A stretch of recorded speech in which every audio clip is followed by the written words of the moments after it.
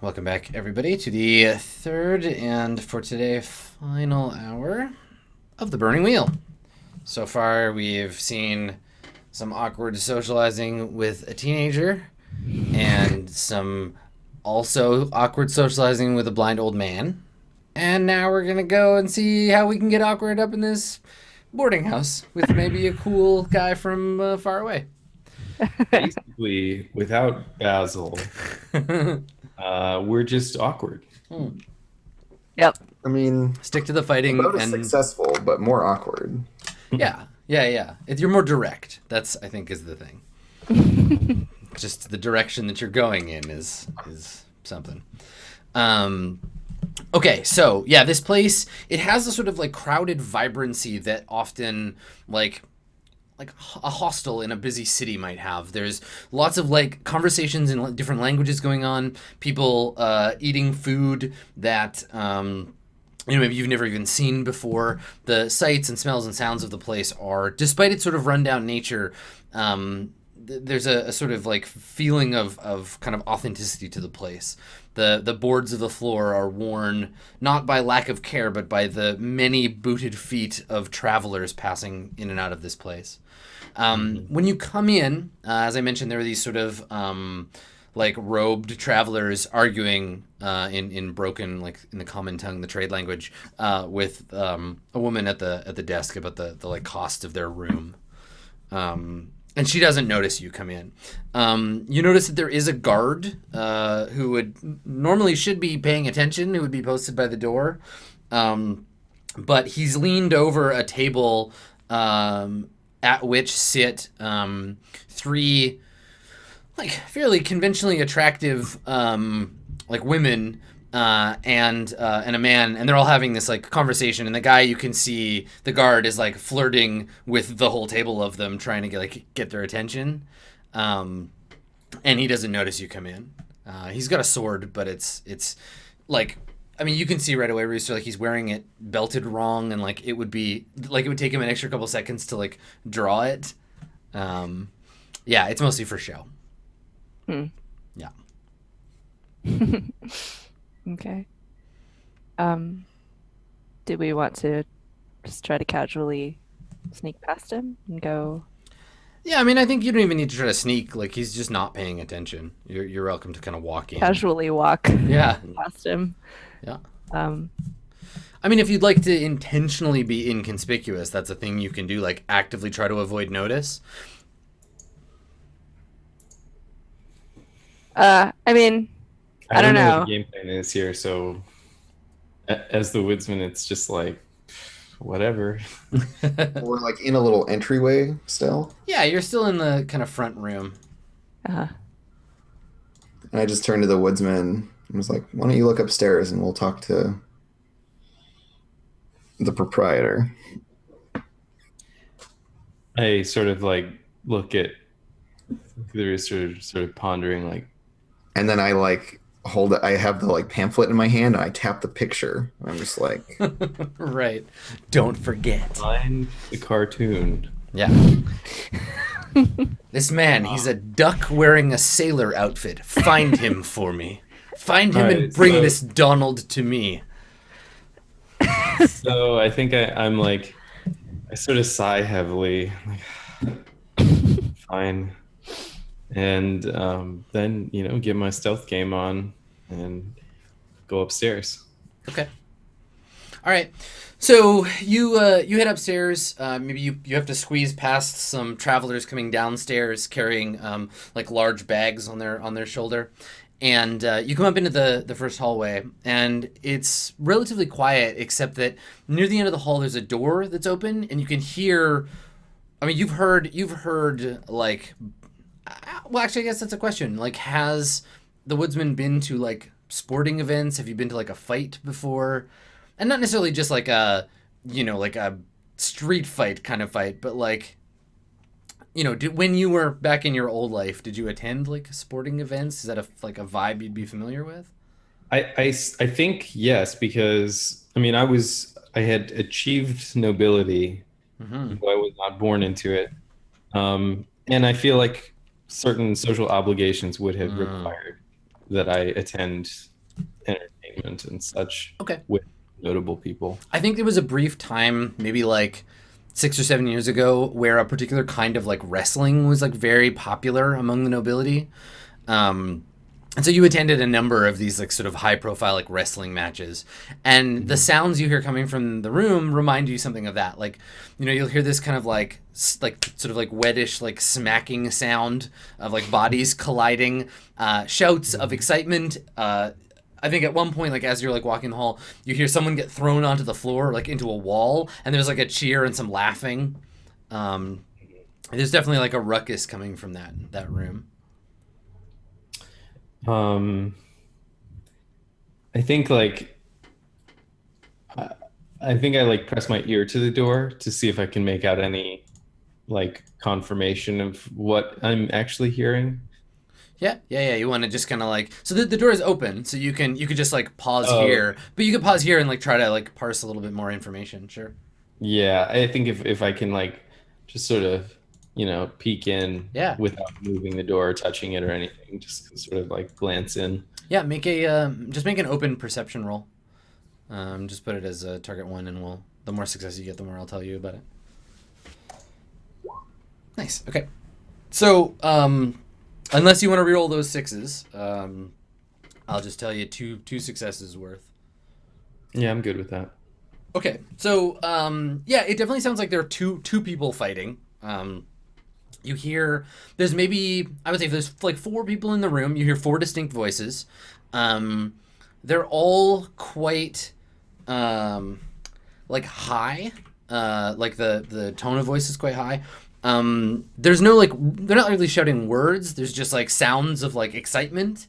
And yeah, you hear two voices that are like, they sound like they're people watching, and the other 2 are like mostly grunts in reaction to like the other sounds of like the fighting. So there's probably 4 people in the room. 2 are fighting, and the other 2 are watching, and occasionally making sounds of like encouragement or like like gasping when someone gets thrown into the wall, or like like making reaction sounds to the event. But you get a very like not like a calm vibe, but there's no aggression or like they're just sparring or goofing off. There's no like, this isn't a fight to the death in this room. Okay. It doesn't. But I have no idea like who it is. No. Okay. You said the door is open a little bit. Yeah. You could peer in. Yeah, I would like to try to peer in. Okay. So inside, it looks like all the furniture in the room, the beds have all been pushed up against the walls. So there's a big empty space in the middle of the room. And squaring off in the middle of the room are two people. One is like a heavy set man, and he has a long braid, like just one like long black braid, like tied up kind of on top of his head to keep it out of the way.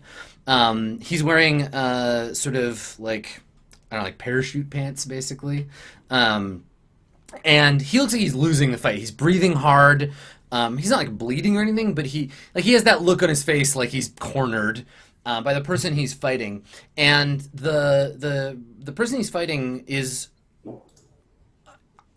despite being like quite different from the illustration, is very obviously Tokai the White Eagle. They're wearing they have the a similar like braided hairstyle, and they're wearing the same like pants. They don't have any weapons on them. Their skin is a sort of like a ochre color, like a reddish color. All of the people in this room are of the same ethnicity. They have a very like very severe cheekbones, and like quite a like, you think that probably their nose is why they're called the eagle, because it's sort of like got a beak-like quality. And they're wearing either bandages or like cloth like wrapped around their upper rib cage, around their chest. And as you peer in, the big guy kind of like lunges for Tokai, who steps back and like slaps the guy in the back of his head, and he like stumbles and falls and like hits his head on the side of one of the beds, and like grabs his head and rolls over. And when he does, you can see him like he's wincing, but he's like chuckling, and says something to Tokai, who walks over and puts their arm out And you can see that they have like ornate tattoos. It's kind of hard to see them because they're in a sun faded ink, quite dark on their already like dark skin. And Tokai sticks their hand out and like lugs this person up to their feet, and they all start laughing about that. And now they start to speak, but in a language that you've never heard before. Mm-hmm.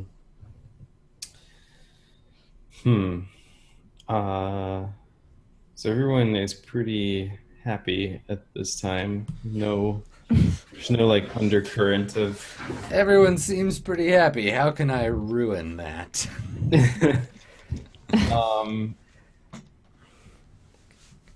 I don't know. I mean, maybe I just go report back. Yeah. So you want to just kind of like slink away? Okay, sure. Yeah, I think so. Okay. Downstairs, what are you and Rooster doing? So I want to go talk to the person who's being shouted at by these other people. I wouldn't say that she's being shouted at. It seems to be a pretty lateral shouting match. Okay. Yeah. Like she's like, listen, it was 12 when you came in, and it's 12 now, just like we agreed. And then they're like, we agreed to a larger room. You said 12 for a large room, and she's like, no, I just said 12. I didn't tell you how big the room was going to be. And they're having this like quite like loud conversation. Okay. And Rooster, you want to walk over to the desk? Yeah, so I just walk up to the counter or whatever. Okay. So the woman sees you. She's I think she's like quite like probably in her early 60s, kind of tough looking. Maybe she's got like, some visible scars, but she's got like really dark skin, white hair. But she has kind of like a tough grandmotherly like vibe to her, and she sees you at the corner of her eye and like makes eye contact with you, and uses you as an excuse to get out of the conversation. She says, it was 12 before, it's 12 now. Unless you want me to go and get the guards, it can be 12. And she like gestures and she says, besides, and she points, she says, I have other customers. So I'm all right if you want to keep arguing with me until the sun goes down, but I need to help him. And they look at each other and start like speaking in this kind of like bird song sounding language, as though now they're arguing with each other about how much to pay her, and they move out of the way. And she sees you, Rooster, and then looks at Agnes. Doesn't make any clear indication she recognizes either of you, but immediately says, she puts her hands up, and she says, this is a traveler's inn. We rent by the night. So none of this hourly stuff.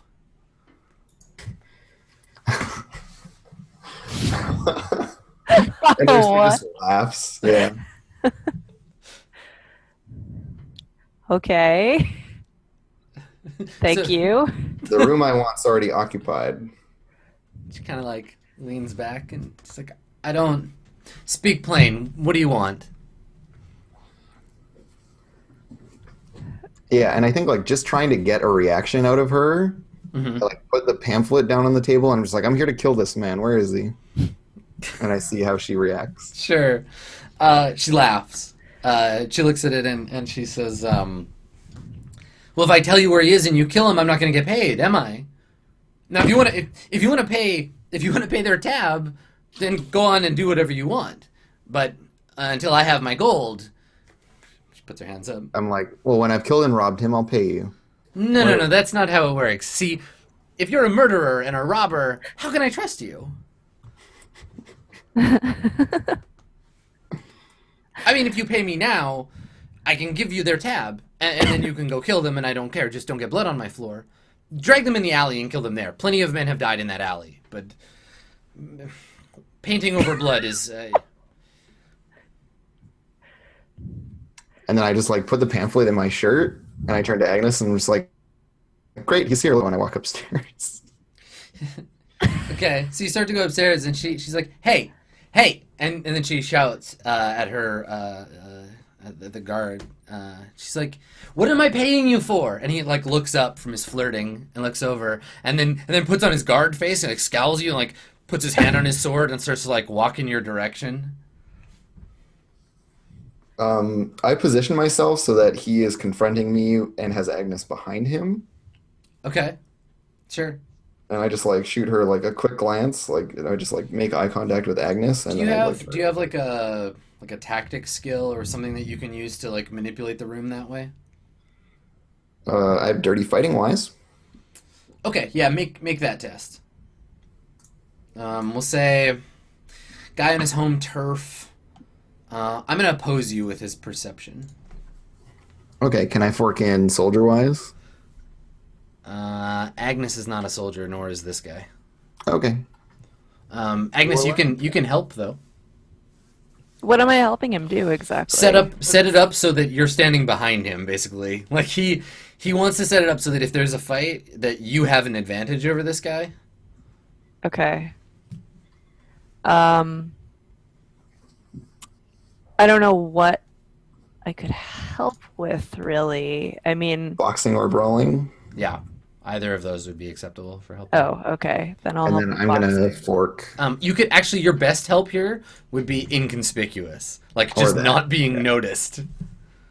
Oh, true. That makes more sense. Yeah, like he just But walks. that's what I'm- He walks. He's basically, the point here is that if Rooster does it correctly and you help, he'll walk right past you because it'd be like, oh, dangerous guy, and not be Yeah, like, exactly. oh, karate baker. I'm assuming that he's gonna ignore Agnes or banking on that. Like, Perfect. Okay, so let me add him in here. cool. So I get one from that. Can I fork stuff in on this? Like brawling? I mean, or boxing? you have the skill, right? Yeah. So I'm gonna fork in boxing. Okay. Sorry about that crash of keys. I just need to get this guy set up. Okay, so the Flophouse Guard. He's got a perception. It is his job. So, okay. So if you fail, he'll see both of you as a threat instead of just you, and you won't have that advantage. Okay. So I'm gonna give him. He's got his regular thing. I'm gonna give him the advantage of this is his home turf. He's being paid to defend it. No, Artha. Wow, he's terrible at his job. All right, he's drunk or something. So, I mean, you're rolling against Ob nothing. Oh, what? So, yeah, you can't possibly lose. I mean, you still have to roll because I guess you could also get 0. Yeah. Cool. I get a success. Well, good. You got the 1. Yeah, so he gets up and he's so flustered, he like starts walking towards you and just like breezes right past Agnes. And Yeah. he's like, see here, cripple, you can't just go up there. You haven't paid. No pay, no go upstairs. And he like looks at the woman like, yeah, see, I was listening when we had this argument last time. And he grins and he's got like a big like gold tooth. It's like, who the fuck's a cripple? And then I step on his foot with my claw foot and take his sword out of its scabbard. Okay, so you wanna disarm him with brawling or boxing? Brawling. And then that maybe Agnes helps me and we get an extra advantage die. Since we set this up so Yeah, we beautifully. can retroactively call that a linked test, sure. Like she can just like I swing his can- arms or Yeah, like kind of like put my arms around his like up behind his armpits, like on yeah, his get him in the full Nelson, you know? Yeah. And he's Yeah, just one of waving these, his like, arms head helplessly things. over his head. Oh, this poor guy. Yeah, he's about to have a really bad day. It's all that ever happens to anyone who goes anywhere near Rooster. And the other, It's true. all the roosters. A city full of roosters. People keep threatening us. Like, what the hell, you know? I Just mean, I'm just- chill. Here jokingly pretending that I want to kill a guy and Yeah, I just walked into a hotel and was like, I want to kill one of your patrons. Where is he? Okay, so the guard, I guess, will roll fort to try to like struggle out of the sudden hold. If you succeed, Rooster, you will get you'll have disarmed him. You'll have taken his sword away, and he will be in Agnes's clutches. If you fail, I think he will. Because what does he want? He wants to interpose himself between you and the stairs. He wants to block the stairs so you can't go past. so there'll be like a scuffle and it'll end with like him Yeah, securing the stairwell. yeah, okay. Great. So I think he's got brawling too, so I'll roll his brawling. And He probably has like Flophouse wise. So I'm getting help from Agnes with boxing, is my guess at what's going on here. Probably boxing, yeah. Yeah. Okay. And then I got an advantage die. And I'm going to fork in dirty fighting wise because it just seems appropriate. Yeah. Definitely. Okay, I rolled 2 successes. So you're ob 2. I also rolled 2 successes, but they're both 6s, so I'll spend a fate. Okay. So don't forget, Agnes, you're marking a brawling test against the same obstacle, against ob 2. So you get like a routine brawling test and a routine Inconspicuous test, yeah. Okay. Yeah, make sure you mark those. Because even when I'm playing, like, I always forget to mark helping tests. Okay, so you bump it over with the fate. Okay. Yeah, so I like mash my clawfoot into his boot and just like pull his sword out of its scabbard. Well, I think what happens is you like jam your like who's a cripple? You jam your foot down on his foot, and he's like ah, and like throws his arms up in pain, and then goes for his sword, but doesn't realize Agnes is behind him. And before he can get his arms down, you're just like, nope, they're just gonna stay there. And you get his arms up behind his head, and he's like squirming, and his face starts turning red, and he's like sweating, and you just are like, take his sword away. Mm-hmm.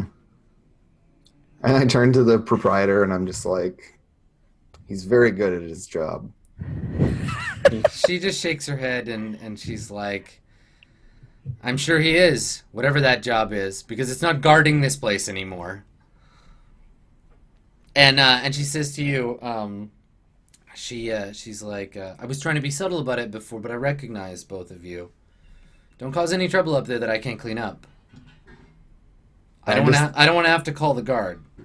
I throw the guy's sword out the door. Yeah, it clatters in the So street. that it, like low, not like point first. You just hurl it into the street. We just hear a scream. No, like it just like along the Yeah, floor. you just scattered along the floor. And Someone I outside go, is like, hey, a sword. And they begin their journey into being a Japanese role-playing game protagonist. And then yeah, I guess like Agnes and I go to the stairs and meet up with the woodsman. Yeah, I think you meet on a landing between the first and second floor. Yeah, you exit stage stairs as you hear the proprietress shouting at the guard, like, you no good piece of trash. Get out there and collect your sword and then never come back again. And like she's just shouting at him. I like her. Excuse me. Yeah, so when I see them, I'm just like, I just relay what I saw. I'm like, so the what's his name? Tokai? Yeah, their name is Tokai. They're in there, in a room up there, and they seem to be having a good old time brawling, just probably sparring for the sake of practice. I gotta tell you, Rooster, nothing here seems, there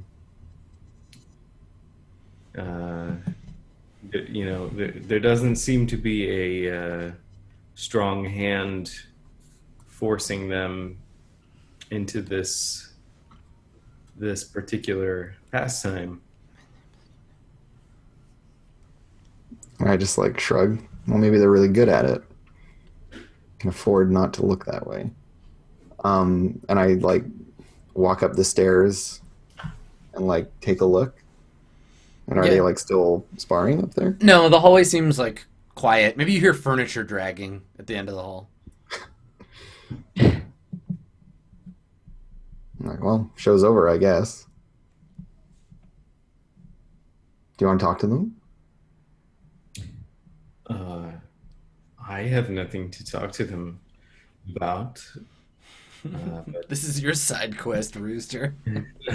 No, like it was like an invitation. Like, let's go talk to them. And I just kind of smile, and I'm already like walking down the hall.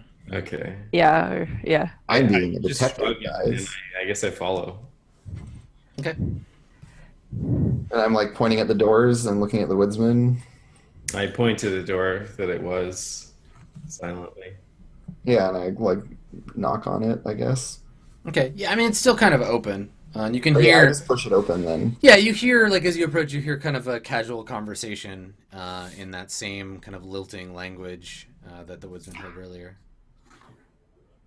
Okay. Yeah, I just Push the door open. Okay. You push the door open and hear the like sound of a sword being drawn, like quickly. And you look in and you see, yeah, Tokai, who has put a like a not like a kimono, but like a silk like gown over top of over the like bandages that they were wearing. And they've drawn like a saber or something and are pointing it at the door, like crouched and ready when you come in. And like look at you. And the other three, Yeah, we're all just like, the other three are holding, like going for Hello. weapons. But nobody is like, they're not like rushing you or anything. And yeah, Tokai just looks at you like expectantly. I kind of blink a little bit and I'm like, "Are you Tokai?" Tokai like looks at the others and they nod.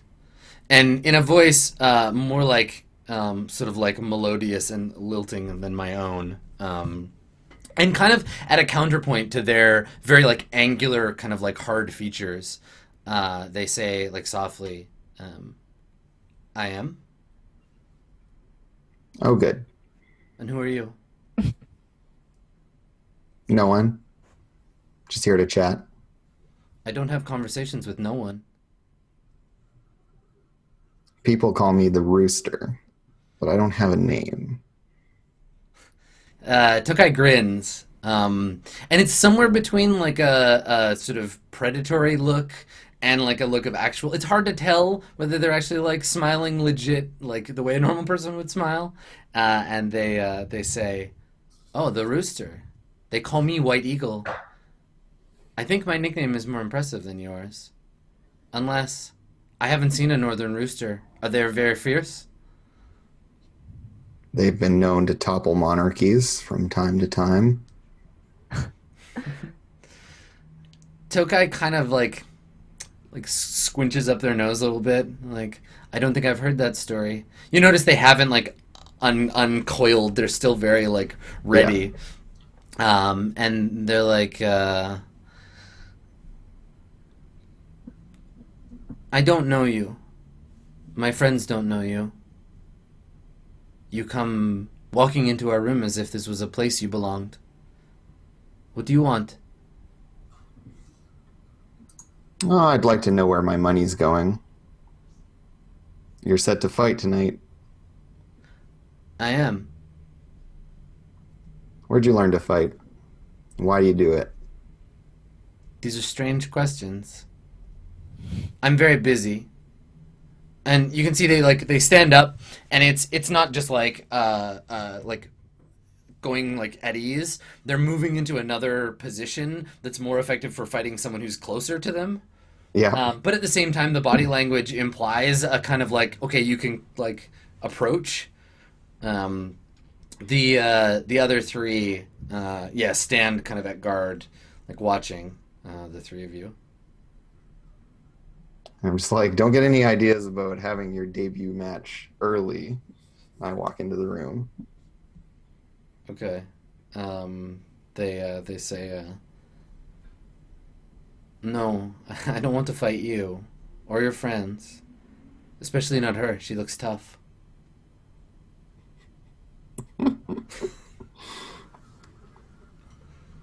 I enter the room and like sit down on one of the beds Okay. that's in there. She you see, I think they get distracted and they say, you move like you know how, like a fighter. You do not look like a fighter, though. Explain this. I learned from a friend. This is a good skill for a friend to teach you.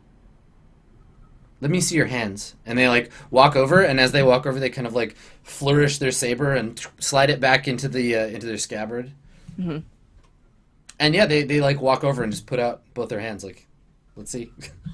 Like, I'm not even here, as usual. I put my hands out. Okay. So they like they take your wrists and turn your hands over, and then they like look at the like white like the flower that seems to just be on you all the time. Yeah. And they're like, What is this? Chalk? I don't understand. Very fond of baking. And one of the other ones says something, like just a single word in the language you don't understand. And and Tokai they say something back, and then the guy the big guy that originally said it kind of like looks at you and just makes a noise of like incredulity, like huh? And and then Tokai says, "It's very interesting. This one," and like looks back at you, Rooster. "This one is interesting to me.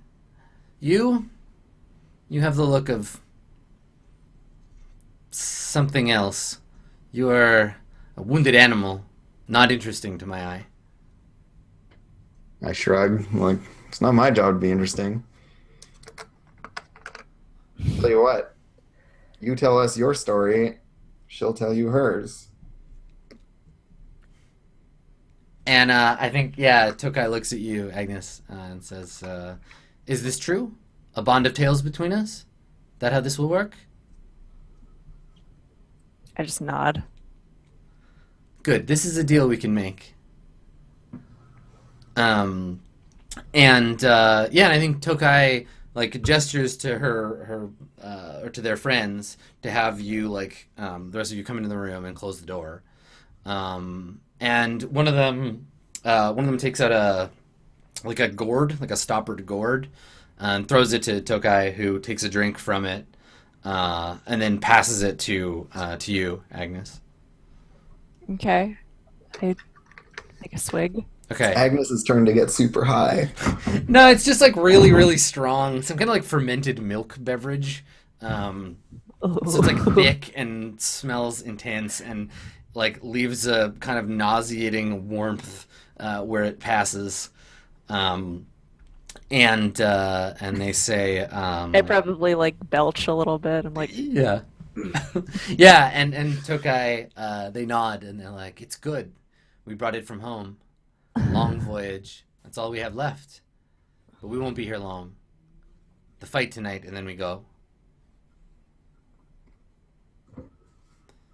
So, you want my story, Rooster Man? It's not too long. We choose how to tell these things. Could be long or short.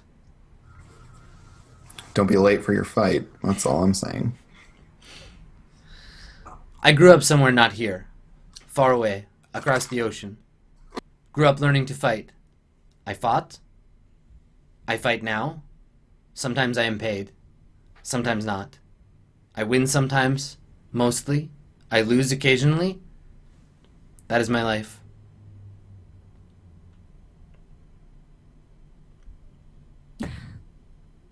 Short story. And John Booker? John Booker. Ah, yes. The arena man. What of him? How does he come in? He Does pays he me. pay for you? Yes, he pays me to fight. He's the one who put me on the ship, brought me here. The city is choking. I do not want to stay, but I will fight. And then I'll go.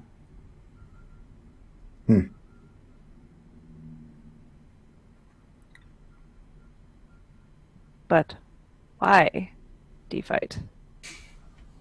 What is this? Is it enjoyable? What is this? Why? Yes, to fight. Why does the sword cut? Why does the rain fall? It is in my nature. Why do you fight, Baker? To protect myself and my friends. From what? Danger. Government. It's not something that I would ever do for fun. Fun, this word, I don't understand it. Not... Fighting is like joy. Fighting is like cold air in your lungs. Fighting is like a strong drink, and they like shake the gourd like for efficiency to kind of like try to illustrate their point. Fighting is done. It's not about whether we enjoy or do not enjoy. think just in the background, when they shake the gourd, I raise my hand, like to like Yeah, I'll yeah, take yeah. that. Sure. I think that they, yeah, one of them like takes it from Tokai and passes it to you. He did say it was fermented. Yeah. Oh, yeah. I mean, you could smell it as soon as the cork gets pulled. Yeah. All right, so I take a swig of that while this exchange is happening. So you fight to protect. Who are you I protecting? clutch my ulcer. Yeah, you should. They say that, like, who you're protecting, and then yeah, you like cough and like sputter. This one, he needs protecting, I think, but not from anything you can fight. Then who? Your boss? And they gesture to Rooster. And I like snarl. We don't have a boss. She kind of like looks at her friends, and they share like a short like quick conversation to try to confirm like that they're hearing you right. Wait, she says he's not his boss. Her boss. Weird. Yeah, and then Tokai, they say he has the countenance of a man in charge. Big words, anger. But and then look, and you're wearing the clothes that like you and Basil got for you, right? Mm-hmm. Yeah. See the way he's dressed? Yeah. Let's just say I didn't spend any time in my life being in charge. None of us Maybe are. now I get a chance. That's the nature of life. No one is in charge. You live, you die, it's over, the end. Control is not real. But we're not here to talk about that. You wanted to know about why I fight. I've told you. Are you satisfied, Rooster Man? It's fine. If you have no problem with me killing John Booker, then we're good. What do I care for one foreign man with money killing another?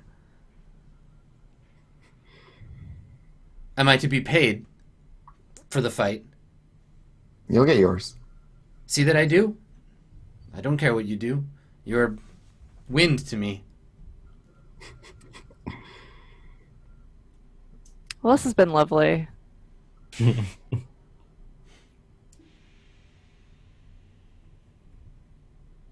I don't like that. I don't understand these people at all. I'm just like, why don't they have any opinions on anything? Yeah, because you're used to a very like, polarized yeah, culture, right? Everybody has a I'm very strong opinion about everything. I'm just like, Well, I guess it's I like- stood up and I'm like, all right, Yeah, it's time to go. And so thank you. Rooster just like looks at them one last time and just says, "Better watch out, though. You remind me of a young me." And I walk out the door. So I think they say to you, Agnes, because roosters turn their back, and they're like, imagine that, a rooster that grows up to be an eagle. There's a story. I like hold on to the like gourd jug that they gave me Mm-hmm. and just kind of like clutch it to my chest Mm-hmm. and like hands the guy pastry. It's a As if, trade, like, yeah. Here's a Danish. Thank you. I'm out. Thanks for your time. Okay. And if he doesn't do anything about that, I just leave. Yeah, sure. Okay, cool. Yeah, so y'all head out, and what? I guess where? Like, do you want to say anything as you're leaving, Rooster? Like, because I think there's some expectation on the part of like Agnes and the woodsman to be like, so. Like maybe on the way down, I like shout to the proprietress, "No mess, don't worry," and walk out the door. But I don't like have anything to say about the job, the mission, whatever. Mm-hmm. Okay. Well, Well, that was productive. All right. And I like look up at the sun to kind of gauge the time. Yeah, I think it's maybe starting to get dark. Yeah, so it's like I'm just like, read me these directions again. we're on our way. Okay. So Agnes, you read the directions to the rooster, and Woodsman, as you leave the as you leave the flop house and sort of pull your cloak around your shoulders against the cold wind, you feel the crumpled like piece of paper that the kid gave you in your pocket. Oh yeah. Okay. So I first glance at the rooster and Agnes to make sure they're not actually looking at me right Yeah, now. they've definitely got their back to you. Yeah, and then I pull it out and I open it. Okay. Spoopy message. Yeah, you unfold it, and inside there's like a handwritten like letter. Basically, it's very short. It has a map, like a hand drawn like little map of the noble like kind of district. You're familiar with the streets, you recognize the layout right away. And there's an X over a building, and underneath the map. There are the words, "The garden is burning," and there's a date and time, several days from now. Spoopy. Oh dear. And so, if I'm remembering correctly, the whole like the garden is burning thing came up previously in a bunch of the like weird prophecy stuff. Yeah, it's been mentioned before. Okay. Okay, I carefully fold that and slip it back into my pocket. Cool. And then you follow off after Rooster and Agnes? Yeah. Okay, cool. Well, I feel like that's probably a good place to end scene for today. Mhm. Yeah. Nice. Cool. All right. Well, let's hand out some Arthas. Let's do yours first, Agnes. Okay. So beliefs. Any fate for those?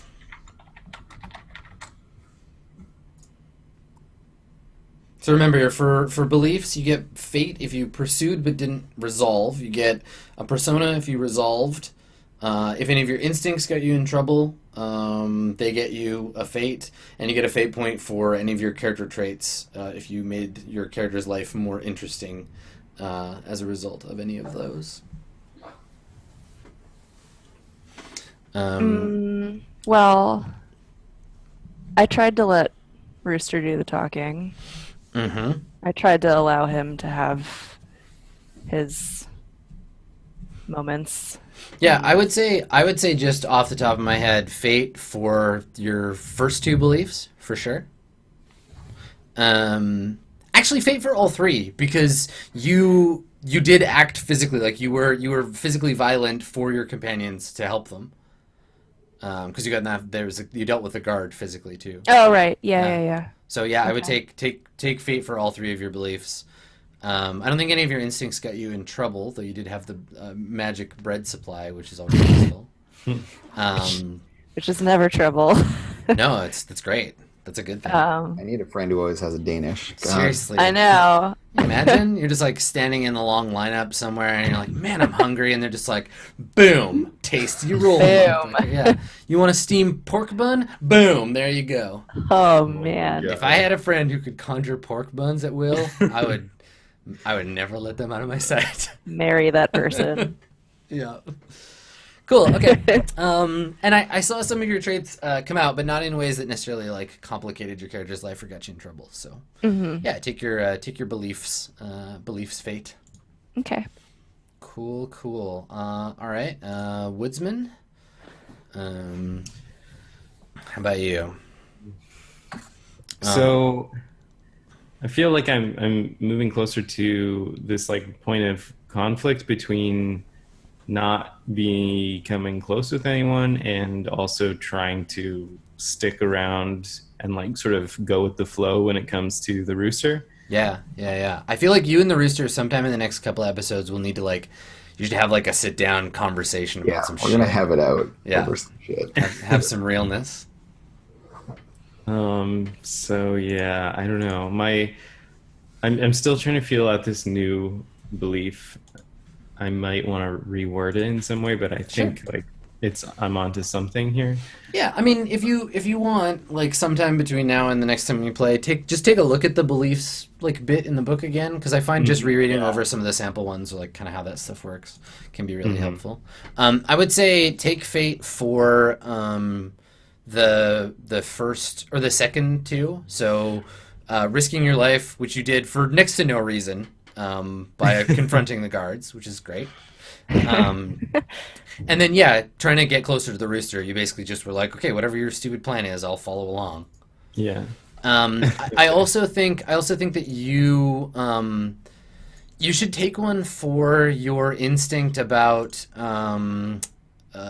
being suspicious of strangers, because the situation would have been way more under your control had you been the first one to talk to Tokai, but instead you were like, nope, strangers, stranger danger. I'm gonna go let somebody else handle this. Mm-hmm. Yeah. Okay. And then let me take a look at your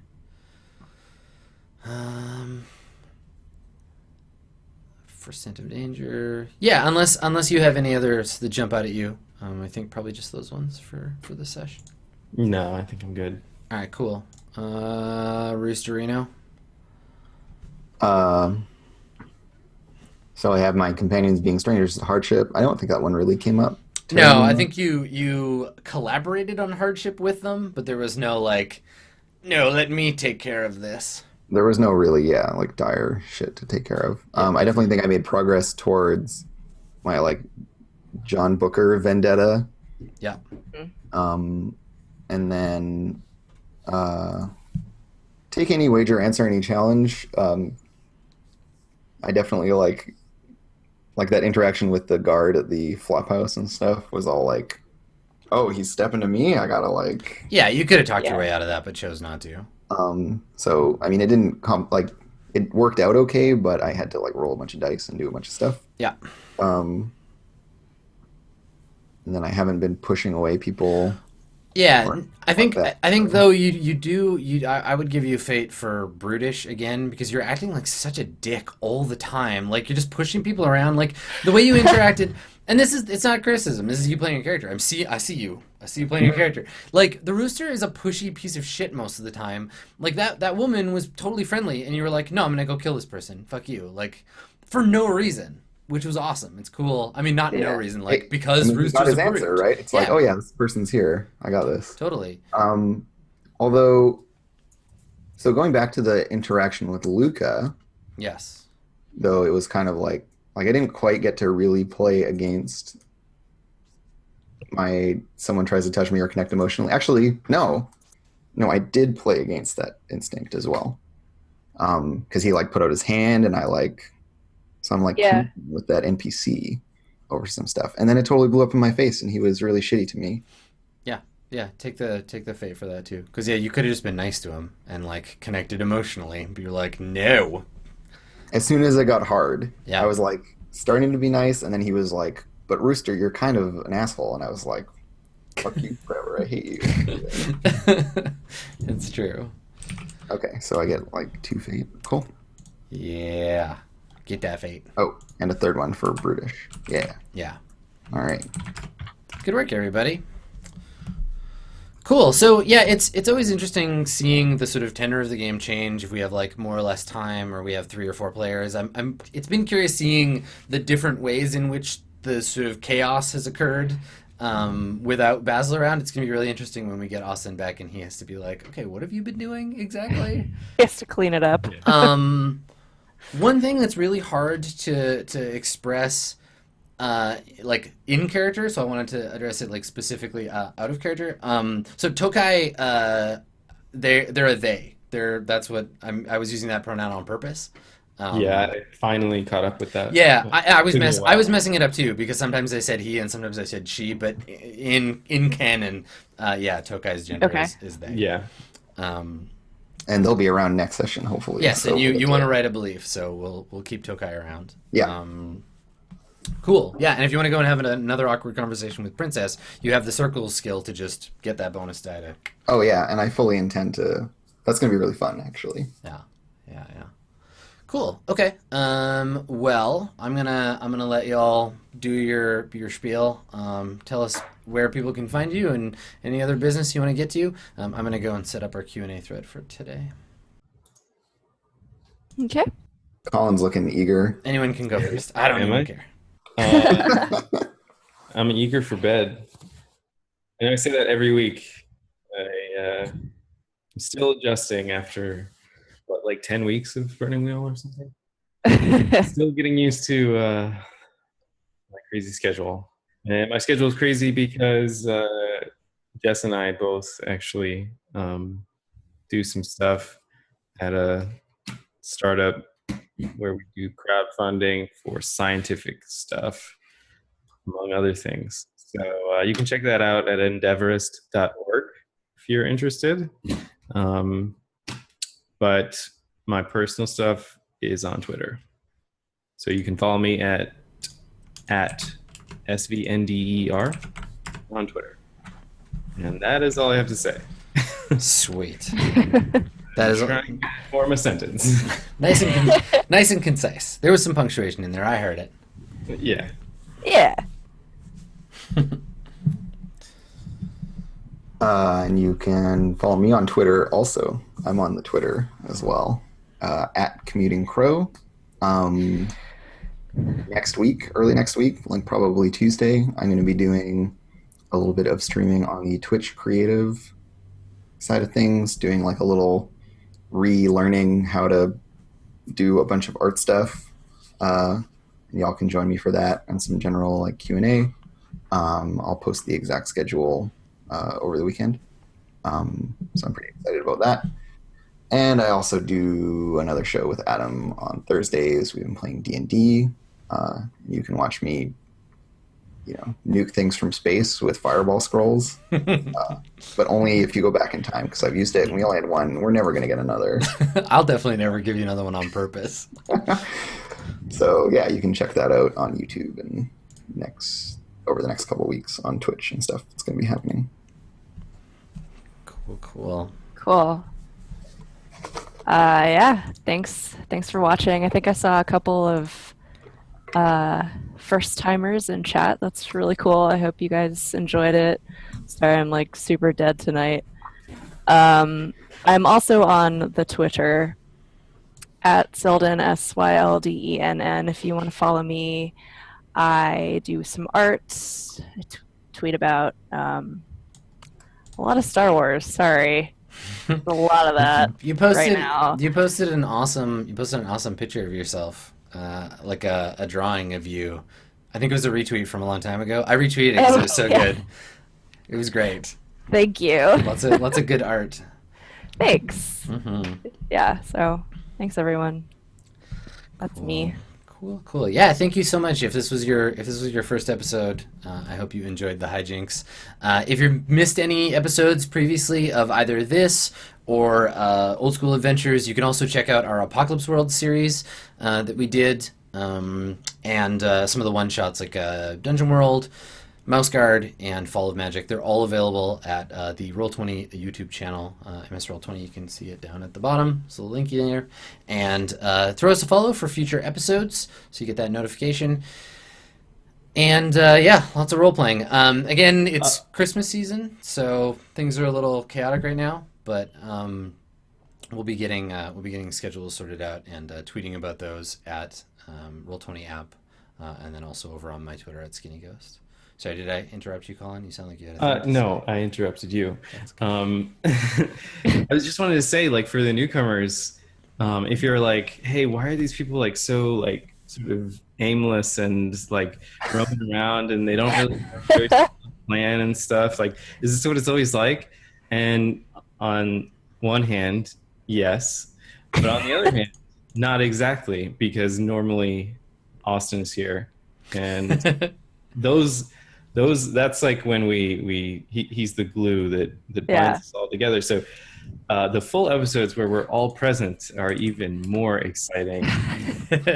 Well, I think too part of what happens in the way that the Burning Wheel is set up is that it's not very mission oriented in the way that a lot of fantasy role playing is.